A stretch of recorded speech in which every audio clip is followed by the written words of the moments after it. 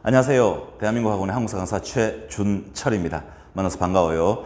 오늘 우리는 1919년 3.1 운동에 대해서 핵심적인 내용만 확실하게 공부를 한번 해보는 시간이 되도록 해봅시다. 1919년 3.1 운동이 일어나기 전에 1917년 당시 러시아 혁명을 성공시켰던 레닌은 식민지 약소 국가를 지원을 해주겠다고 약속을 하게 됩니다. 그리고 1919년 파리 강화회의에서 미국 대통령이었던 윌슨이라는 사람은 자기 민족의 일은 스스로 결정하자는 민족 자결주의를 내세우게 되죠. 그리고 당시 1918년 만주 지린에서는 무호 독립선언, 바로 즉 대한 독립선언을 발표하게 되고요. 그리고 파리 강화회의에 윌슨의 민족 자결주의의 영향을 받아서 당시 1919년 2월 8일 날 일본 도쿄에 있던 한국인 유학생들이 28 독립선언을 하게 됩니다.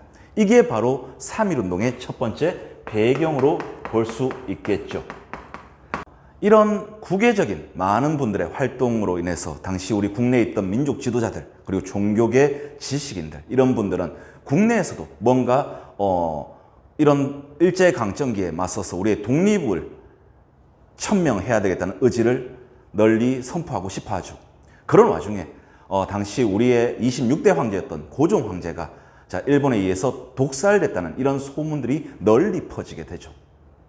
바로 그래서 당시 종교인들, 바로 기독교 이승훈, 천도교 손병희, 그리고 불교계의 한용운 같은 분들이 지식인들과 학생들을 연합해서 바로 D-Day를 잡으려고 합니다. 그날이 바로 1919년 3월 3일인데 이때가 고종 황제의 장례식 날이었죠.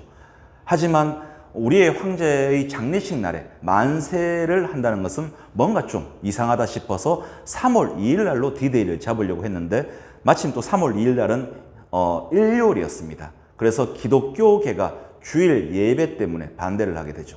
그래서 3월 1일 토요일 날로 D-Day를 잡게 됩니다. 바로 태화관이라는 곳에서 이제 전개 과정입니다. 자, 태화관이라는 곳에서 당시 종교인들 그리고 지식인들이 중심이 된 민족대표 33인이 바로 기미 독립선언서, 바로 즉 3.1 독립선언문을 낭독하게 되죠. 원래로 치면 탑골공원에서 이 독립선언문을 낭독하려고 했는데 그렇게 되면 많은 사람들이 폭력적 시위가 더욱더 커질 거라고 예상한 나머지 태화관이라는 서울의 중국 식당입니다. 지금으로 치면 중국집이죠. 그 식당에서 태화관에서 독립선언문을 낭독하게 되죠. 이 독립선언문은 당시 최남선이라는 분이 독립선언문을 작성하고 공약 3장은 만해 한용운이가 작성하게 되죠. 어떻든 태화관에서 3.1 독립선언문을 낭독을 하고 그리고 이 사람들은 당시 탑골공원에 많은 사람들이 만세 시위를 하고 있다고 생각해서 일본의 시야를 끌기 위해서 자진 체포되게 됩니다. 그리고 태화관에서 독립선언문을 낭독을 했고요. 그리고 탑골공원으로 뛰어갑니다.